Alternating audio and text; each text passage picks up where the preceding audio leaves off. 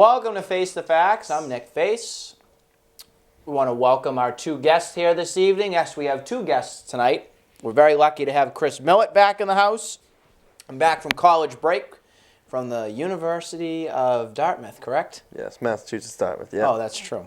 That would be Joe Papalardo, who's been on Face the Facts before when we did our, I believe it was a football preview. We did the Super Bowl preview. That's right. That's right. That was a little bit while ago. But tonight we have a great amount of topics to discuss. We're going to kick it off first with our New England Patriots. And we want to first give you a little bit of a recap on the game that just was played. That was against Houston. And guess what? The Patriots got back on the winning board. It's nice to learn that we can still win, isn't it? Yeah, I mean, coming out of a couple losses, it's good to get a W. I mean, like I said when we filmed a couple weeks ago, I think this is a Super Bowl team. I don't care what anyone else says, this team they're on a vengeance tour, and they're getting their 5th Super Bowl ring. I don't really care how the rest of the season goes. I mean, it'd be great to get a home field advantage, get a couple more wins, at least solve your injury problem, maybe get a little bit more depth. But this team is going to the playoffs, and they will raise another banner come next year. You predicted on our last episode that you see them as your Super Bowl They champions, are. right? Super Did Bowl any of that change Nope. since we've None last of it. met? They'll win it. What's your outlook on the team? I'm a huge Patriots fan. Oh, are you now? obviously. Oh, yeah, good. I am. So there's two things I got to air out before we start the show. So Go ahead. if you've ever watched a game with Nick Face, you need to realize that there's 3 types of fans in the NFL. There's Patriots fans, there's people who aren't Patriots fans, and then there's the in-betweeners. Yeah. Nick errs on the side of being a Patriots fan, which means everything with Nick is instant gratification. Okay. I'm certainly a Patriots fan. Yeah. I love the Pats. I want the Pats to win all the time. But when you watch a game with Nick, it's kind of like if you don't average 10 yards per play on offense, it's a tough day. Every time LeGarrette Blount ran the ball, if he got stuffed for 2 yards, it was an awful run. Thankfully for Nick now, LeGarrette Blount's out for the season, so we don't have to deal with that problem We'll talk about that a anymore, little bit which later. we'll get to that. Yeah, I don't have to complain about him anymore. I'm so happy. But then to go along with Chris, I do agree that this is a Super Bowl team, bearing injuries, which has been tough for us. But, I agree with the whole vengeance tour, Deflategate. We're trying to get back there, and we're trying to win one. Sure. I do, however, think that there are 2 teams on the NFC side that would give the Pats a run for their money any day of the week right now. And that would probably be the Arizona Cardinals and clearly the Carolina Panthers. But So those are 2 of your teams in the NFC. The NFC. I actually think the Cardinals are a little scarier for me because I like Cam Newton. He's putting on a show constantly, but I almost think the Arizona Cardinals have been the underdog. Underachieving team. They are very good. I don't say they're underdog. So do you think that they have not peaked yet? Is that what you're saying? Right, that's what I'm saying. Okay. And I think the Panthers are going to get a little too hot going into the playoffs, might get a little cocky, and you might see them out first round. Here's my thing about Carolina, which I think is a major red flag to put in on them. They don't have a loss this season, and we know exactly what that happens if you're the Patriots from 2008. Right, we saw it a couple, You lose that game in the Super Bowl. And I ideally see that scenario happening again. But this time for Carolina, I'll tell you that. And we talked about I don't know if it'll be Super Bowl or not, but I see that loss coming when we talked about the playoffs come. Any undefeated team, it almost becomes in the playoffs like you're fighting for an undefeated season, and there's so much pressure on you that you kind of forget about the playoffs that you have in the games that you have on hand and what's at stake. A championship is at stake, but it almost seems that with these teams, they feel so much pressure. They're so focused on that record and not the championship that they're playing in. Well, another thing that could just come and bite them that I don't think anybody really pays attention to because it's really not that big of a deal, but you get a first-round bye. Yeah. And now you have to wait an extra week after coming off hot of the regular season being undefeated if they are. So, you get that extra week to prepare, but you also get slowed down a little bit by that bye week. So I think that's scary for them too. But what about for a scenario for the Patriots if they get the bye and everything like that, clinch home field? Well, I mean, they want that because doesn't that help their team? I think they'd rather be a week off, rest up, get more healthy, and then get into action again. What do you feel on that? Well, I mean, that's the Patriots, number one scenario. But Right. that's because we've been hit with the injury bug so many times this season. I think for a team like Carolina, sure, you get that week of rest, but so it's a different scenario for different yeah, teams. I mean, they're Okay. so I much see more that. healthier at this point. I see that, definitely. And they're a lot hotter than we are too. They don't have the injuries. They got the undefeated record. And for us, we need a week. We need a week's vacation just so we can just have like 1 or 2 days off for the players that need them, ice up, and let's get ready to go for the playoffs. Very good. No, I like what you were thinking about with the scenarios there and everything. In case some of our audience didn't see at home, Patriots won by a final score that was 30-6. That was on Sunday night. That was a game that was flexed, by the way, from NBC. So you had another nightcap game there, and you have to deal with the lovely announcing of Chris Collinsworth, who makes me want to scratch my nails on a chalkboard. That's how annoying he is. I don't. Is he the worst? He doesn't bother me actually I know that we're going much. to continue to stay on football here, but it's bringing me to that whole announcing kind of thing for the NFL a little bit. We'll go NFL first. Is he the worst to listen to? Like, I can't stand him. I don't know. I mean, personally, I don't mind him. Honestly, I don't mind him. Okay, my eyes are about to bulge out of their sockets right now. Really? You don't mind him? I don't mind him. He seems like to me like he's that kid at when you were in like elementary school that mom and dad made forced you to have to play with on the playground. Well, I'd forced say you to be friends with him and go over his house. what you just didn't bothers want you to have about to him? do that. What bothers you about it? Is Just is his the actual- tone. He just seems like an absolute moron. He does. What do you think? I mean, I don't typically like anybody that does the sports comp. Like, I'm not a big fan of Joe Buck. I hate Joe Buck. Yeah, when Joe he does Buck football actually, games, Yeah. Troy Aikman bothers me. Okay. Chris Collinsworth bothers me. I think all their side guys are great. I think Jim Nantz is good. I think I'm trying to think of who does like Mike Tirico. I love He's John ESPN. Gruden. ESPN I love the guys. I ESPN think guys. ESPN I like guys are more Gruden. I solid. like Gruden a lot. Yeah. I when would he's I would on. definitely agree to you on that level. But it's I, not. It doesn't how get about to Greg the point Gumbel? that I turn. CBS, Greg Gumbel. Yeah. Yeah. It's not. It doesn't get to the point where I'm going to turn off the game just because I'm listening. Or I'm No, muting it and this turn is off what the I do. Unmute would almost be. Yeah. I Mute have to radio? tell you, some of these guys did end up watching a little bit of the game with me when we had our staff meeting for everything on Sunday. And you don't really hear much of the audio from the game, do you, when you're in like a big setting? Sometimes, I mean, it depends it sometimes. depends on how hard you you're more listening. hear like the fan interaction and things like that. And I know for one, from not having to listen to him, it was great for me because I didn't have to turn on the radio and listen to 98.5. Now, I'm not going to be biased towards them either. I think those two guys, that Zolak and Bob Saucier, whatever Solak's they are. good. Yeah. Zolak is the biggest cheerleader I've ever met for an announcer. He's such a homer. I mean, I think understandably that's fine if you're rooting for that team, but I think his level of being professional and everything is ridiculous. I like my two favorite for the Sox, Joe Castiglione. I hope he stays around. That's a legend. That's going to be tough when he retires. And then Tommy for the Celtics. Tommy. How can you not I mention like Don that. Orsillo, boys? Don Orsillo? Come on. I mean, but Don Orsillo, like, there's nothing that really like is special. I I'm guess still maybe. in mourning over it. Is he? But is he? That's special? why I'm in black. Is he No. special? What trademark does he have? Is he about him? special? We're all special in our own right, Chris, okay? Like he doesn't have much trademark to himself. He doesn't have Don Orsillo uniqueness. had so many famous calls with the Red Sox, from David Ortiz's 500th home run to so many other like no-hitters and perfect games and things like that. Don Orsillo, to me, is that hometown boy who got his dream and then his dream got crushed. Yeah. That's what I feel think you about kind of Don need him Orsillo. though. You kind of need him hand in hand with Jerry Remy. Like, I think those two together. It was a match. Are Yeah. It much was a better pair. than them alone. We'll see when the season kicks off how Remy and Dave O'Brien, now the announcer for the Red Sox, will pair together.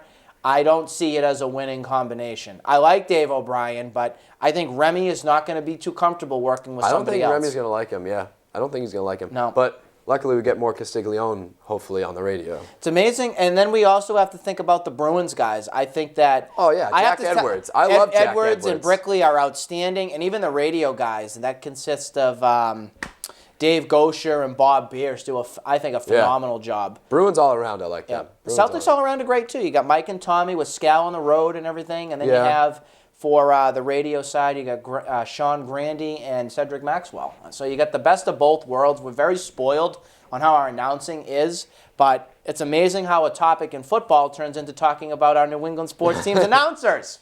That's how that happened. So back towards that game with having to deal with listening to them once again there. They did get the victory. Like I said, it was 30-6. Some takeaways from the game. I know I want to start on one topic, then we can chime in on there. I thought that the Patriots completely annihilated Brian Hoyer from a defensive standpoint. I thought that was the defense's best game of the season. Let's start with Joe on that. Or anything else that stood out to you. That was my thing that stood out to you. Maybe you have a different thing. No, I definitely do agree. It was a good game by the defense. I don't know. I might be nitpicking here when I say that, we're talking about an AFC South team here. Mm-hmm. So... the winner of that division is probably not going to be any better than 9-7 at the best. Probably an 8-8 team. So, I will give them the credit that they deserve. They did go in there and demoralize a Houston team and, beat them up pretty good. But I do think that, for what it's worth, it's an AFC South team, and it wasn't like we killed the Denver Broncos. Right. Yeah, it wasn't like we ended Carolina's undefeated season. True. It was Houston. We knew that they were iffy going in. For me, I like just seeing J.J. Watt lose. I hated watching J.J. Watt with his club. I think that's more dangerous. How can you let someone play with basically a swinging bat? Yep. That's got to be illegal. How do you do that? Well, it's the NFL. I mean, but that's more. That's more. The NFL is illegal, so I mean, watching J.J. Watt lose and to have Brady not shake his hand, that was good to see. That was pretty classic. But I do have to say, I'm glad you brought up J.J. Watt because I have to tell you, I've never been a fan of his, and I never will be a fan of his. There are a lot of people that appreciate his style of play. Obviously, I think if we were based in Houston when we were rooting for the team, we'd like him. But right. He's like that guy that gets under your skin, like Brad Marchand for the Bruins. Okay? You probably wouldn't be a fan of Brad Marchand if you were from California or whatever. Same goes with J.J. Watt. They're fans of him in Houston, but bringing him in here to New England, I don't see him as he's done so many things over his career to rub Patriot fans the wrong way. There was one time, I want to say it was probably 5 years ago, there was a playoff game. You may remember this, and he spit inside the Patriots logo at center court or center field. Yeah. Oh, really? That brought some controversy right there to the topic. And then Watt, I just think he's a cheap shot and jerk. I think he's a poser. I think he's a poser, honestly. Yep, I can see that. He's playing alongside Vince Wilfork, on the other hand, who's a hardcore lineman. You got just J.J. Watt coming off the line. He's just like a poser. I think he's an egomaniac. He's an egotistic, a moron. I don't like him. Well, it's fun. I like his play, don't get me wrong, but the person he is, no thanks. Well, we kind of touched upon the announcing of the game, and something that also drive me crazy about the game was that it didn't matter what J.J. Watt was doing. He was on the camera all the time. Yeah. Like, he could fall down, roll, do a dance, and get up, and he would be on the camera on a replay. Who do we blame for things like that happening? We blame the player, or do we blame the NFL? Maybe it's the broadcasting teams. Who do we blame? Well, you got J.J. Watt's the face of the Houston Texans. Okay. Right. I mean, Brady gets most of the airtime for the Patriots, just like J.J. Watt's going to get most of the airtime for the Texans. So I guess you do it for ratings. You get it for money. You do it for the NFL's doing it for money, for ratings. They're showing the fans who they want to see. That's why the game was flexed. Right. And we do that for the money. It all comes back to the money. Yeah. It's what money makes the world go round. That's what people want. That's what people crave. That's what they're going to Money talks. It's unfortunate, but unfortunately during this game there were also some key injuries that also resulted in the MASH unit of the Patriots continuing to get worse on the health spectrum there. We have LeGarrette Blount now. He was he has his injury. He has his hip injury, and it was forced him to now be on injured reserve. So again, we are without another running back on the season. And then we lost Dominic Easley, and he was defensive guy? end, yeah. Defensive end, right? Yeah, just that about. was also going to be out for the season too. So what do you do when you have a lot of players injured? You pick up a phone and you call Steven Jackson. Let's start with that one. What do you feel about that? He hasn't played in about a year. Could he still be effective? I mean, it's the Pats. Next man up. If they want to sign him and they plug him in the offense, I'm sure they'll find a spot for him and they'll find some plays that, fit to him accordingly. But, as far as signing people right now is concerned, I'm not worried about it. Okay. I think that, Brandon Bolden gave us enough in the latter half of the game to show that he can do the workhorse kind of stuff. He can run the ball in between the tackles, tough. We have James White, who's more of our speedy, skilled kind of running back. Reminds me of Shane Vereen a little bit sometimes too. In a way. In a way. It's not like the Patriots don't have options. Okay? I think But sometimes it seems like the options right now, that's getting limited. They are Do we getting agree limited. on I mean, that? that's what Okay. injuries do. That's they what limit yourself. The Patriots Yeah. have always been effective because they have such a diverse group of guys that can step in. Well, now they're getting truly tested to that. It's a big test right now. Yeah. Big test. They're gonna get tested. Like I said on our last episode, the Patriots, like Joe said, always have like a strong depth chart. Yep. And they've always got some guy to fill in. They're getting very tested right now. And who are they going to pick up? Who's going to step up? And who's going to make a name for themselves?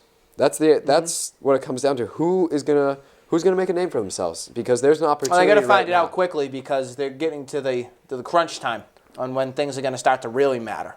Yeah, I mean, you do have 3-4 weeks to get yourself situated. You do. Because I honestly don't think the next few games will come into play. I think we're going to get the first round bye. We'll get home field advantage. And we'll go over the last 3 games that they have for the regular season in just a moment, too, to kind of understand why we're thinking so optimistically, I would say. Yeah. And that way, hopefully you understand why, too. And I'm sure there's other people that probably agree with us out there in the wide world of TV. Right. Now, it wasn't just Steven Jackson who also got a phone call. It was Monte Ball who was also working out with the Patriots, too. Between the two of them, will they do both? Which, in my opinion, I think they'll pick one or none. And who do you think is going to be most effective? Who works the best of the Patriots system? Let's go with you, Joe. I'll let him go. You want him to go first? Okay, Chris, who do you think will... I like Steven Jackson. You do? I like Steven Okay. Jackson. I don't think Monty Ball is a true running back, if you will. I think he might. More like a pass back? Yes, I think he's more Passing of a pass back? back. Okay. Which I don't think that we need to address right now. We just need a bulldozer. I think Steven Jackson is more of that type, if you will, and I think he will complement Brady's play as well as the line in front of him's play more so. I'm going to go opposite. I'm going to say that I would rather Monty Ball. I believe he's already on the practice squad, so it's just whether or not we want to take him up to the 53-man roster. So I guess if I had to pick, I'd pick Monty Ball. Okay. I think as of right now, we don't run the ball as is anyways. So if you're going to get another guy to come in, you might as well pick a kid that you know that can run in between tackles, but can also play that James White position. Not as good as Dion Lewis or James White, but he can. And I think that, going forward, we're going to throw the ball 40 times a game anyways. We're going to let it fall into Tom Brady's hands. So why don't we just play into that and start getting The Patriots have always been a pass team. I think that's a part of the reason because of Brady and everything, too. Right. But, our offensive coordinator sitting next to you might be able to better understand that. I'm implying that when you put your hat on, you look like Josh McDaniels. I understand. Okay. So, Josh, do you like the offense and you like the calling so far? Do you think the calling needs to change with anything, with people getting hurt, or? I'm not. I definitely don't disagree with it. Okay. I think that, I thought you were going to give one of high. those Patriots terms. We're not at liberty to discuss or something like that. Oh, no. We just high volume passing, which is what we do. We have the best quarterback ever. Yep. So I don't see why we wouldn't do that. Thanks, Josh. Appreciate it. Now, on to the Gronk front. Have to tell you that when I got the report, or we all got the report, I believe it was Saturday, or maybe it was early Sunday coming out that Gronk was going to play in the game. Any of you kind of look at your update when you saw it like, really? He's playing? Are you kidding me? Yeah. Really? And to me, I was shocked. To me, is it? I benched him in fantasy, but I re-picked him up when I knew the news A lot of came people out. dropped him, or well, I sat him. I won't say drop, but Yeah, drop Gronkowski. That'd be ugly. I thought they were going to rest him. Why Yeah, I not? did too. Why not rest him? Because I think the Patriots really want the first round bye and they want home field. That's the honest answer that I give you. Right. Okay, but would you rather first round bye for a healthy team in the end? Like we're talking 100%. I mean, I would much rather the healthy team. I do have to say that Gronk did not look like he was limited in the least bit. Right. Sunday. He was Holland. I don't know what you thought. I'd say he's about 85. 85%? Okay. I don't see. It's tough to say. I think sit they him. wanted to beat Houston pretty badly. I think they did. There were a lot of connections and ties between Houston and the Pats, and I think that they wanted to go out and prove to the big audience, because it was a nighttime game again, that they are in this. Well, I think the window for as the opportunity major team opened here as to well. win the Like Super a Bowl. team like Denver and Cincinnati losing in the same day is probably not going to happen again. No, it won't. And you get that opportunity to take that number 1 seed back with the bye. I think everything kind of fell into place too for them to be like, let's play our hand now. Yep. And then rest him accordingly. I like that. Yeah, that's good. That's a good. I like that statement right there. That's good. Here's an interesting question for you. I was thinking about it today, and I was thinking about how the defense really has been, I think, the underdog of the team. Yeah. I think coming into the season, people questioned it. There was no Revis. There was no Browner. You had Butler back there as a rookie, basically, and really not a lot of answers. Losing Vince Wilfork was another one that had a problem. And you can't forget about Nate Soldier. I mean, he went out pretty early in the season, too. So, right there, you have to think about who the best or who was the guy that's really stood out the most on the defense. Is this really a whole full team effort, or is this really a situation of one guy in particular? Well, if you're asking for a defensive MVP, to me, it's got to be Rob Ninkovich. Every game I've watched, he has been lights out and the fastest I've ever seen him play in his career. He's coming off that line so fast and getting himself involved in every single play. He is stepping it up for me. I'm probably going to give it to the entire front seven. Okay. I mean, you lose Revis and Browner, which, granted, I think Butler's done a wonderful job stepping in and doing what he's had to do, the whole do your job mantra. Like, he's done it. But, when you can get to the quarterback as quick as they can right now, it makes all their jobs so much easier in the second half of that defense to make plays. And I think that front seven has done an excellent job. Yes, absolutely have. To me, I look at Rob Ninkovich. I think he is just having a monster season. I think his presence out there on the field is so huge to this defense. He's a leader there. He sets the tone. He sets an example. And I think that he makes other players around him better. I really believe that. I think that he's made Mayo come back and feel like he's confident enough to be a good player again like he was. And I think he's helping Chandler Jones have a really good season too. So I can't give enough credit to the defense. If I'm picking an MVP for this team, I go with them right now. The defense as a whole unit. Yep, definitely there. There's been a bit of a problem with our special teams play. I'm not talking about the kicking game or the punting game or anything. I'm talking about coverage, specifically on returns. There has been a massive issue with who's catching the ball and returning it after there's a kickoff. What do you do on that? People always assume that like special teams and kickoffs and punts and all that stuff, they always think it's like an implied safety net in the game that like nothing's going to go wrong. But when it actually does come back and bite you in the butt, then people always like freak out like, oh wow, special teams actually does matter. And when you do not have a definite return guy, someone you can count on consistently just to catch the ball, know when to fair catch it, know when to go for a run and try to get into the end zone, that's a huge hole. Sure. That's a huge hole. And the Patriots have no one right now. No one right now that is definite in that position. That's scary. They should be looking for someone to play that position as well as pick up a running back. They need to look for someone. I mean, I can't even believe. Well, I mean, one time, sure. Like, if it happens once, that's okay. But two different guys. Harper was first, correct? Two different occasions. Yes, Harper was first. Yeah. Now Harper's gone. Correct. So, I mean, Who was the latest? fortunately for Keyshawn Martin, Thank you. who has, like, done an okay job catching the ball as a wide receiver. He had the first touchdown of the game, I think, on Yes. Sunday. Yeah. Am I right? I believe Yeah, so. he did. He did. So, I mean, if he wasn't doing what he's been able to do for us offensively, I think he's gone this week as well. And I think the worrying part is that, like, it's a Bill Belichick coach team, Right. and to have that happen twice in 4 weeks is, it's Inexcusable. It's a little It is scary. inexcusable. It's a little scary. It is. I will cut them a little bit of slack, though, because the guys that are usually back there haven't been there because they're filling in other roles. One of them is Bolden, because Bolden's been a major presence on that special teams end. We have to understand his role on there. He usually isn't the lead running back. He's out there on special teams. The next one is Amendola. Yeah. He's Brady's #1 receiver right now. So obviously you don't want to risk him taking on the punt duties and receiving duties there on that, because you need him in the role that Edelman is usually there for. And Edelman also is usually back there also catching the ball. So there's 3 guys right there that are usually a part of your unit there that are not there. Yeah. Makes you shaky. That's why I say they might want to start looking for maybe just a returner. But then again, what's wrong with Matthew Slater?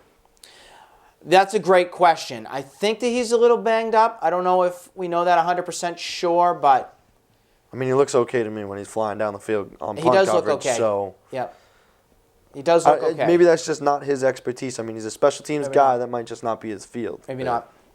So we'll see what happens on that special teams unit. We have some more good news on getting healthy. We had Gronk coming back, which was last week, and now it looks like Edelman's getting a little bit ahead of the 8 ball here and starting to ramp up his return from his injury. Today he was able to practice for the Patriots in full pads and seemed like all systems were really in good place for him there. I'm surprised at how quick he's back from being injured. I mean, he broke it was his foot, right? Yes. Yep. That was like a bone in his foot. Yeah. So this is even quicker than when Dez Bryant came back from his injury. Well, Dez is he's a nutcase. But I do have to say that we have to be prepared because Dez, I understand he doesn't have a quarterback and all, but he has been nothing. He's been a shell of himself from what his usual career is. Right. So I'm hopeful that that Edelman is not coming back too quick and it doesn't heal properly. That's my That's the thing hope. with me when I said last time I don't get why they're not taking like more precautions. It seems like they're rushing everything. It seems like they want the home field so bad and they want to win so bad. Do you really think that they are doing that? To me, yes. You think it? Okay. They need to start thinking about February and January. Not like they're not now, but to me, they're focusing on the present too much. Okay. You prepare for the future. Yep. Right? What do you think about Edelman? You surprised?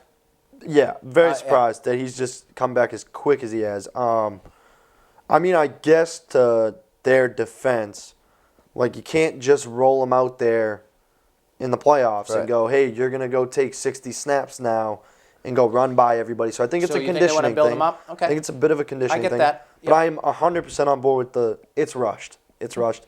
And I think with a guy like him and what he brings to our offense, like it should be a time to slow play it. Well, I do think that a lot of us in New England get a little antsy sometimes when we see people returning too early or too quick. And the reason because of that, I think, has to do with Gronk.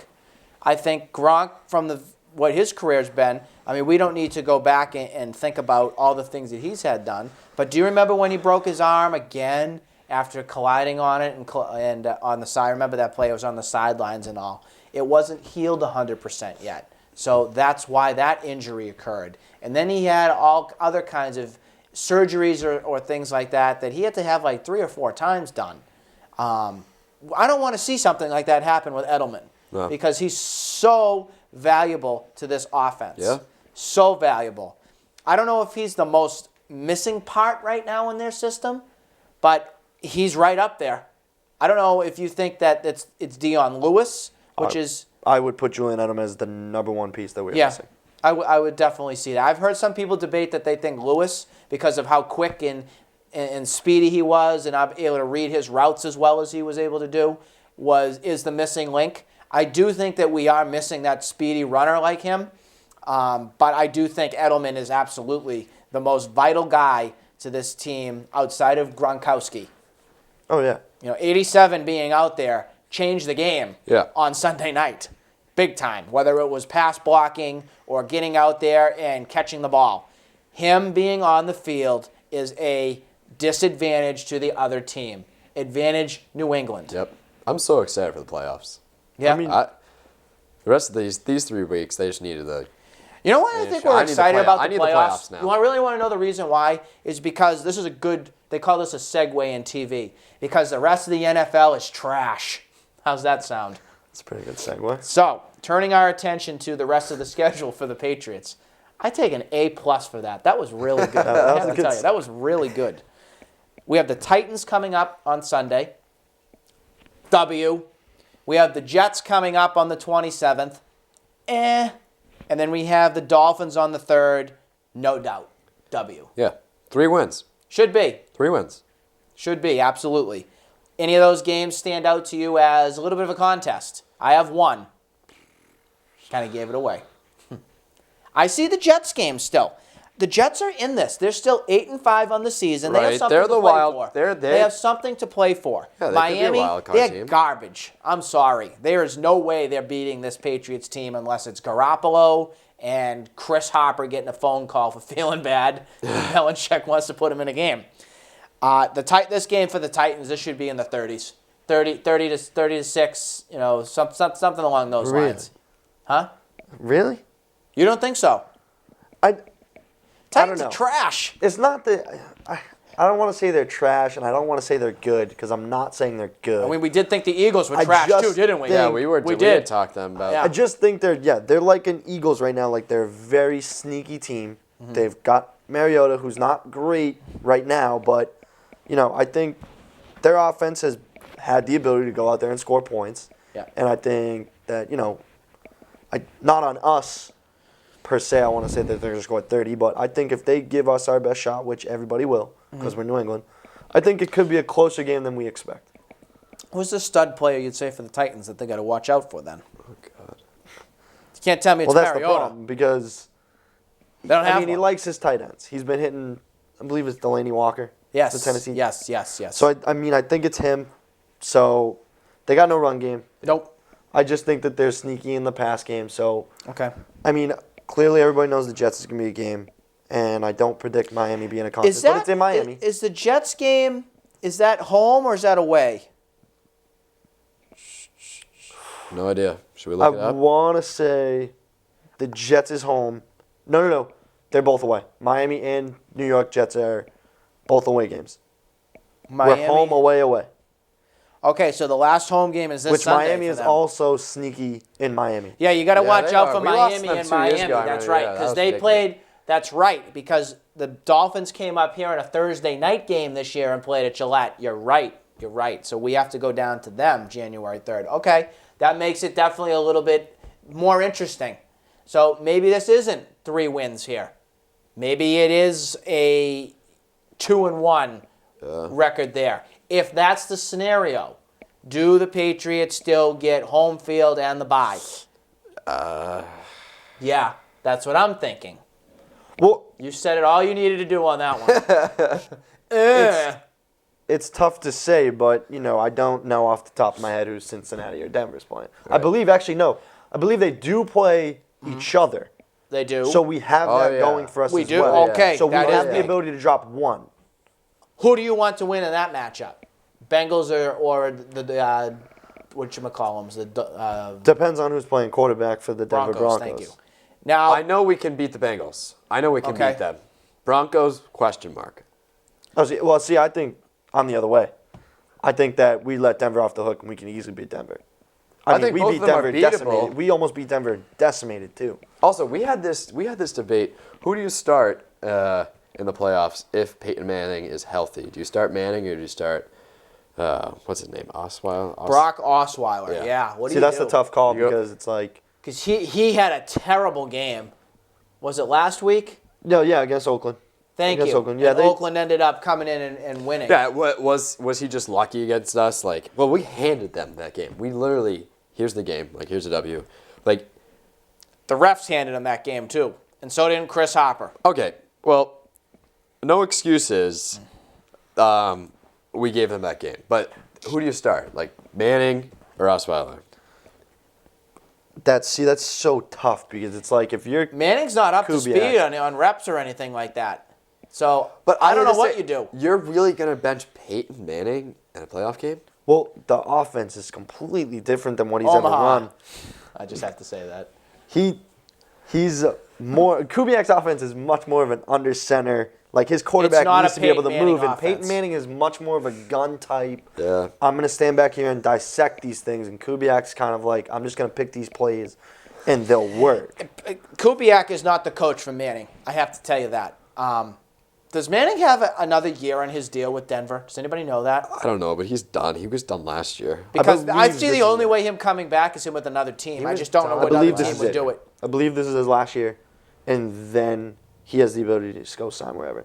I want to see Jimmy Garoppolo play a lot. I want to see him play a literally full half against the Dolphins or the Titans. Well, what do you want? Do you want a home field advantage? I mean, come on now. I know, but if we go up like 3, I 4 would like to see scores, that too, if we, then. I want to see him in action I because would. I've been saying that for a while. I think when Brady goes out, literally, Jimmy Garoppolo is going to put up Brady numbers in games. Josh, you have an opinion on that? I don't know. I mean, it's the whole like, if you want to be the whole like we're preparing for the future, like then you play him. But I'm 100% on board with the fact that like we're talking about Tom Brady here. Like we're talking about a guy that doesn't share practice snaps with Jimmy Garoppolo. Yep. Let alone lets him play in a game. And I mean, on the way over here, I'm listening to the radio, and some guys are talking about like, do they play him the last 4 minutes of that Houston game? And then Right. it's like, Tom Brady's not going to let that happen. Yeah. So, Not on this revenge tour, by any means. Well, that's a good point. He's on a revenge tour of himself. Not going to take that out on him. Absolutely. He's not going to sit out and anything like that. I personally think on Garoppolo, I don't see him as a New England Patriot. I'm sorry. but Really? I don't. I don't think that their next quarterback is really in the building right now. Sorry. I think we do have our next piece. Just like David Ortiz isn't retiring, Mr. Millett. Right? We'll leave that. You have to see the last episode to understand that comment. so is right that there, like a sneaky just playing devil's advocate right there by you, or are you 100%? Oh, I'm sticking telling with you that right statement? now. No. I do not think that Garoppolo is the next quarterback for the Patriots. I think that they haven't even drafted him. I think this kid may be a freshman in high school right now. Sorry. It's Cordy What do you Loretto, think? They're just going to go find another? Tom like, we're Brady not is going to go- be playing for another 5-6 years. Okay, and he can learn for another 5 or 6 years. And I mean, Hey, you're Garoppolo, bearing. do you really think Garoppolo wants to stay there Hey, for 5-6 years? Tuukka Rask waited his turn. Tuukka Rask for the Bruins waited his turn. Well, that's because Tim Thomas What wants to go better- live in a bunker. What Well, better of an opportunity than to say, like,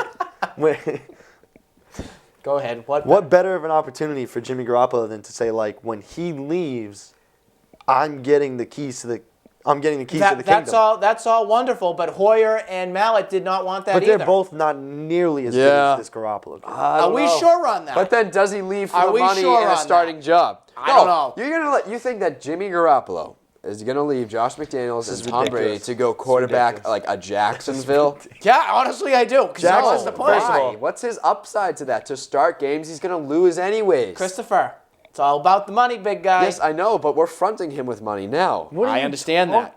But you have to think about who's on the payroll now. Who's going to be here when I Tom mean, Brady you're on the retires? payroll yourself, so, I mean, explain that to me. Okay, so we'll make, like, you have to, not everybody that's here is going to be here. Like, when he becomes quarterback, Correct. Gronk will probably be towards the latter end of his season, of his Okay. career. Yep. So will Edelman. Yep. So will Amendola. Okay. Okay, so there's might going to have be a completely different option. There's going to be plenty of money to go around for this guy. Okay. And I think that if he stays Yep. and he's grown enough, Well, explain he's worth the money. yourself then, Josh. I mean, you're staying here for as long as you have. What do you think? Bill's going to retire? When's he retiring? You're just here for He's the ride? not retiring until he proves that he can win without Tom Brady. Because I think that's Ooh. another thing All right, that he wants to I put on like his that belt. point because Oh. I do think that you're right on that. That's true. Can you imagine do if- think that. What if they both You're right. retire at the same time, though? It's not going to happen. He won't. I don't think he'll He's allow not that going to to allow happen. it. I He do wants think to have a little bit of time before Brady retires. Brady will retire first. That's what I feel. But then, does he? If he does Belichick that, will be 80 years old before he stops. if being a he coach. does that, Just then my he's opinion. throwing his entire So you got a career long up way, in the air. Josh. I think, though. That's he's throwing his true. cry. Because what if they have like 3 losing seasons? Yep. Oh, really, Belichick? It wasn't you. It was Brady. You really weren't that good of a coach.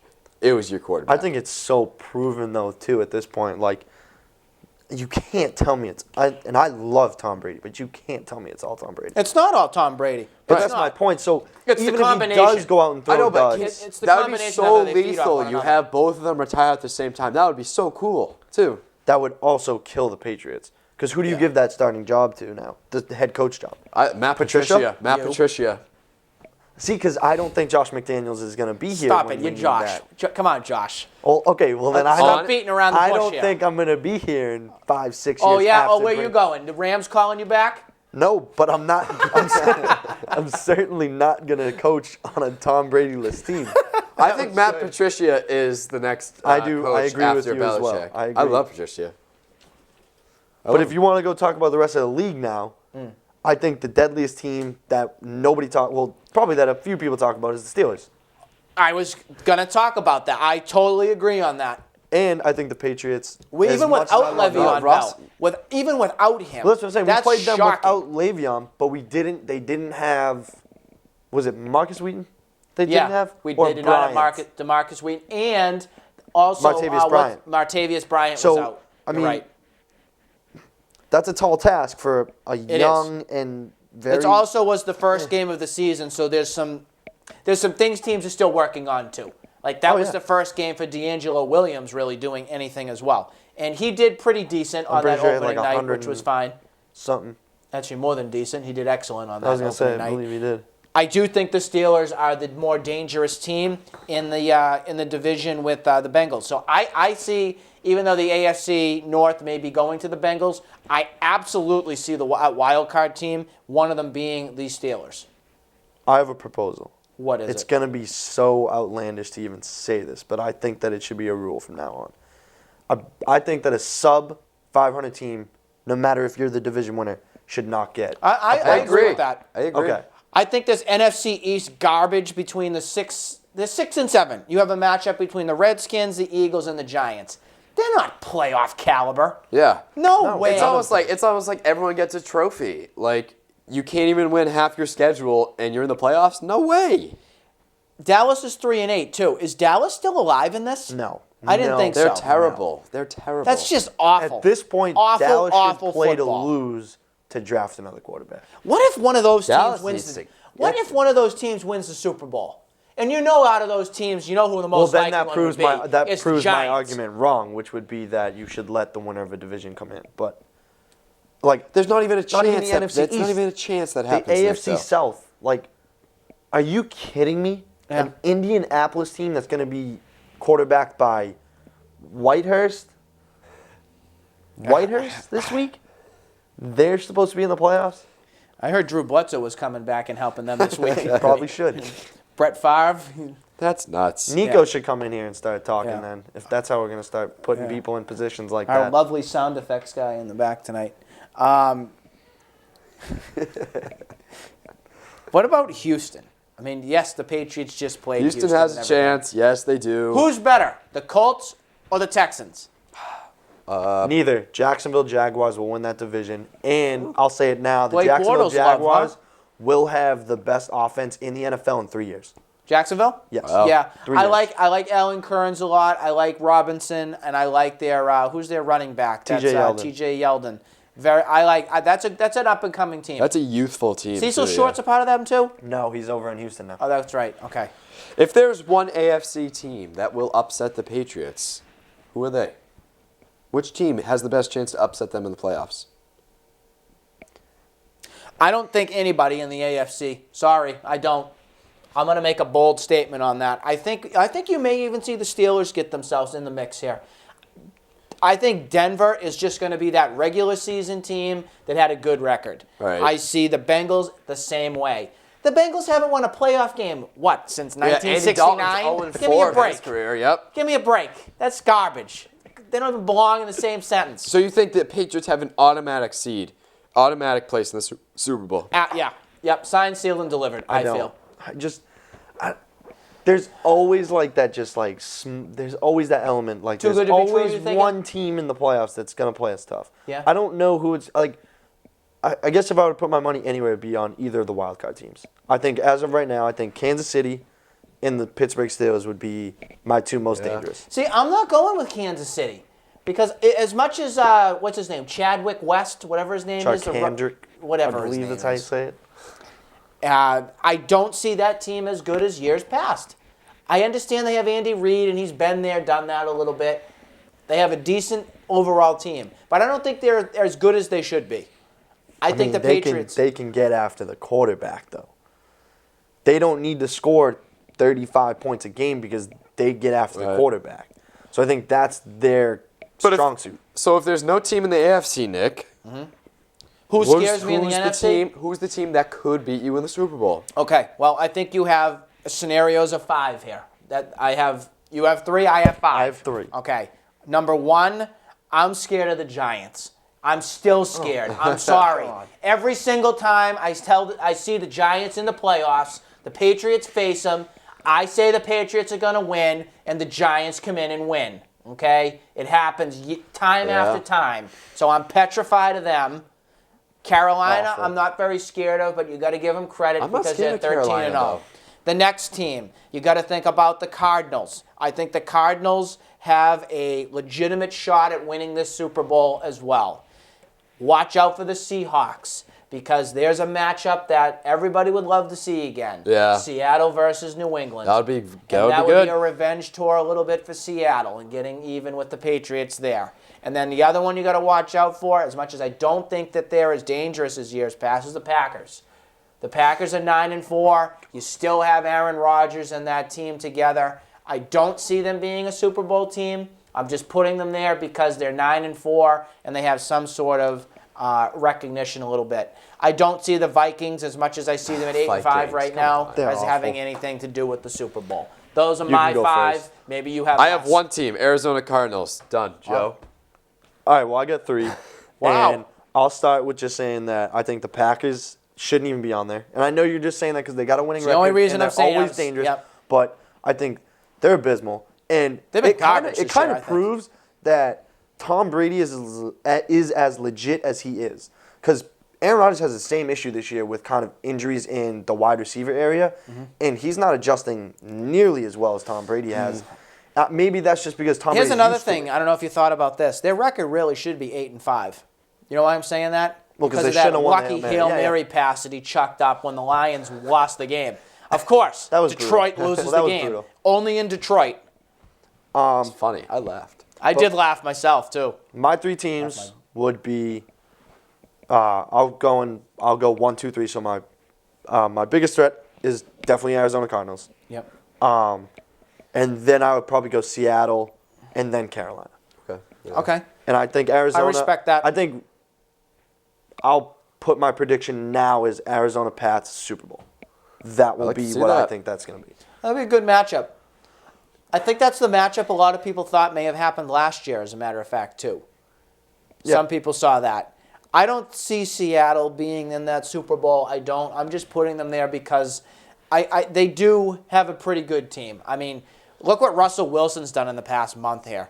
He has lit the world on fire with airing the ball out, being the quarterback that we all kind of thought he was going to be. He's a good quarterback. He's a good quarterback. And holy with Doug Baldwin. My goodness, has he had a unbelievable month too. So that's a team that's really gotten hot lately. Everybody forgets, too, 3 of their losses have come from Green Bay, Carolina, and Arizona. The big teams. All teams that are better than them. Yep. So it's it's tough to say that they're bad. They've just played good teams this year. Anybody else have anything for football? No. We're going to win it. What a Patriots are gonna discussion, win huh? it. What a discussion that was. We want to turn the page here a little bit, and we want to talk about the Celtics and the NBA, because if you didn't get a chance to see the past week's game for the Celtics and Golden State, you missed a game probably of the year, because that was very, very exciting. It showed how the Celtics are probably about a year away from really being that team that could give some other teams a ride for the money, run for the show. I love the What do you Celtics this year. I loved them last year, too. I like going to the playoffs. Brad Stevens, I think, is doing what he needs to do with this young team. He has done been a big Brad Stevens fan. Yeah, he has done just great things with this team so far. The one player you need to utilize more in this offense and defense is Tyler Zeller. I love his style of play. I love his size. I think if Brad Stevens and the Celtics can utilize Tyler Zeller more, you will see more W's come out of this team, more big W's. Mm-hmm.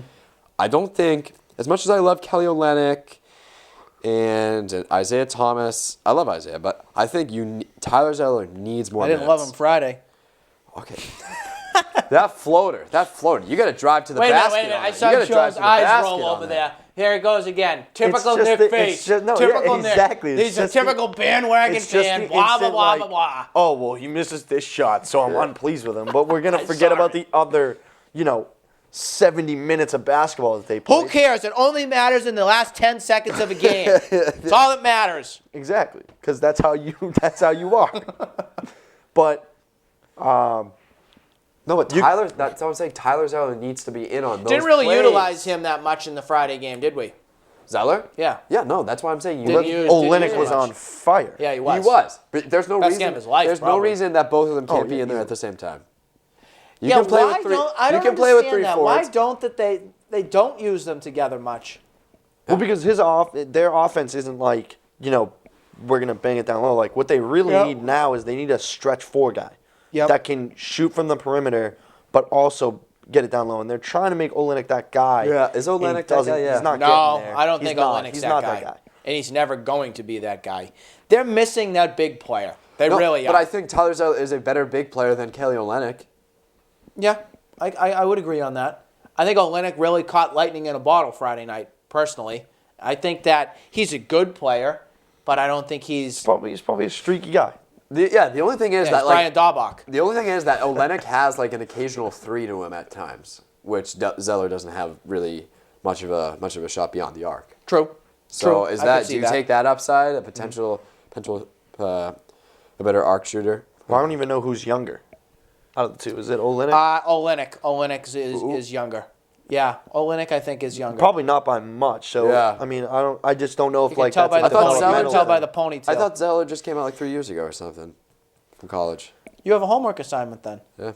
Your homework I'll assignment. write it down. But you hold can it to chalk it. up an assist to the Celtics for the Golden State loss.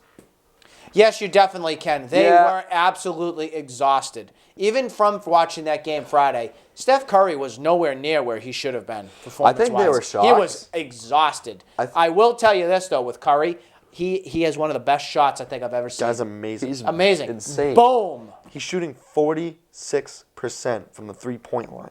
It's incredible. That's ridiculous. He's That's great. ridiculous. Yeah. You're seeing why he was the MVP. He's the Michael Jordan of this era. But you know what's nice about him is that he's not an in-your-face type of guy like LeBron. Yeah, like he's not Mr. Show. Mr. Show. Showbo and this, that, Take the your decision. talents to South Beach and get the heck out of the world. Curry, what I like is that he's that quiet superstar. He's that Derek Jeter style. He's that I'm not going to be bigger than the game. And I think that all sports organizations need more people. He puts like on that. a show on the court, but when he steps off. And you also have to love the matter of fact that Curry is a Red Sox fan. Oh, is he? He is. That's why Even I'm better. a fan of his too. But he's also a Carolina Panthers fan, so... I'm okay with that. Oh. I'm okay with that. You're not okay with that? No. Oh, I'm so I sorry. don't know. Sorry, It's something Josh. about Dreams Carolina. I don't mean to crush your dreams. No, but I think the Celtics will be in the playoffs this year. They definitely will. They're like a 6 or 5 seed, I believe. Yep. I believe that they do win the first round, whoever they play. They will win Who would they play? series That's a good question. or more this year. Who will they play? Atlanta, I don't know. Atlanta could be in the mix there. Charlotte's Charlotte, surprisingly good. Yeah, this that's- year. Now, we didn't talk about that. Saturday would have been the game where you probably would have seen a letdown from the Celtics. From Friday night's double overtime thriller, you have to go to another game. You have to board a plane, get to Charlotte, and play the Bobcats next night. But this... And they ended up getting the win. I That- think that was the most impressive thing of all. That's the thing that the Celtics team, that's why they stand out to me, is because they are a grinding, youthful team that can do that. They can play 2 OTs one night, lose it, be mentally exhausted and physically exhausted, and then go and win it. Win a big game away. The next night, like, you don't see that often in professional sports. Especially You see on exhausted the teams. road. Yeah. For whatever it's been, the Celtics have been on this unbelievable, unbelievable ride where if they lose a game, say if it's at home and they go on the road, they've won like 30 in a row, something like that. Wow. After a loss, they go and get the win on the road. That's Yeah. real impressive. No, real that's good. impressive. That's testament to Brad Stevens and the coaching staff and your philosophy and your pregame, whatever you do pregame. That's why I like him so much. Rituals. We want to wish all of you here a wonderful holiday season. We're not sure if we'll be back here before the new year, so in case we're not, we want to wish you a great end of 2015. We do know that we have our contract has been renewed for 2016, so Face to Facts will live on. It will be our 10th anniversary season of Face to Facts. How exciting is that? Wow. Well, we have a lot of exciting topics and hopefully some more Super Bowls to discuss and many more things in the new year. So we're looking forward to it, and I hope all of you will be looking forward to seeing Face to Facts with maybe an all-new revamped special present to be seen on air when we return. Maybe I'm going away. No, I'm staying here. Final thoughts on the year It's been of 2015. What stood out to you in the year of 2015? Super Bowl win for me. Super Bowl win? Pats got their win. It's been a great year in sports, honestly. Yep. It's a memorable year. This year was memorable. I mean, clearly the Super Bowl win, but I think everything with Deflategate, I just think that, like, as the year comes to an end, there are no doubts in my mind that the Patriots are in it again, and the Patriots are going to be dominant for a while. To me, it definitely was the Super Bowl, getting to know who Malcolm Butler was. Right. Really don't think anybody knew about him until he caught the ball in the Super Bowl, so getting a chance to see what he was about. Also getting a real opportunity to see how much hatred there was for the Patriots with this dumb, deflate-gated football over a stupid. You got Roger era Goodell. of football. Roger Goodell was exposed. I always hated him. Exposed. Always hated him. We cannot forget, though, David Ortiz with his 500th home run. Right. He's a of his legend Major that will League be career. missed. That was one thing that definitely stood out. But he's not retiring, apparently. Right, Nick. Right? He's not retiring, He's right? not. Okay. He's not. yeah. He's going to sip on his Folks, I said it pina last coladas in the episode. Dominican and sip away on whatever I juices watched are last episode, and I couldn't believe that somebody would propose that idea. I thought that was ridiculous. Don't believe Nick when he says that. But we'll People be at here home. for another hour if we start to get. That's on this why the debate. show's called Face the Facts, and it's not Joe the Facts or Chris the Facts. It's Face the Facts. So, on that note, we want to wish you a happy holidays, and like we said, another year is coming, and that means 10 years of Face the Facts. We will see you in 2016. Happy holidays, everybody.